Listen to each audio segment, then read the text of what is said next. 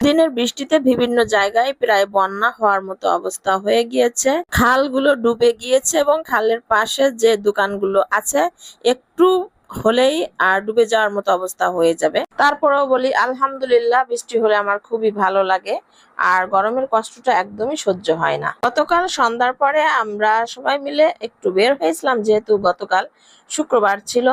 তো বের হওয়ার সময় আমরা কোনো ছাতাও সাথে নেইনি।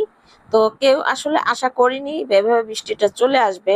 শুধু আমি না, রাস্তার আশপাশে মার্কেটে যেখানে যত মানুষ ছিল সবাই যে যেখানে ছিল সেখানেই ভিজে দাঁড়িয়ে গিয়েছে এবং মার্কেটের বিভিন্ন জায়গায় এসে মানুষ জড়ো করেছে। তো একটু কেনাকাটার জন্য বের হয়েছিলাম, তো আমরা মোটামুটি ভাবে সবাই ভিজে গিয়েছিলাম। তারপরেই তো বৃষ্টি একটু কমের দিকে আসলে তখন একটু মার্কেটে গেলাম, আমার মেয়ে টুকিটাকি কিছু জিনিস কেনাকাটা করলো। আজ সকালেও বের হয়েছিলাম এবং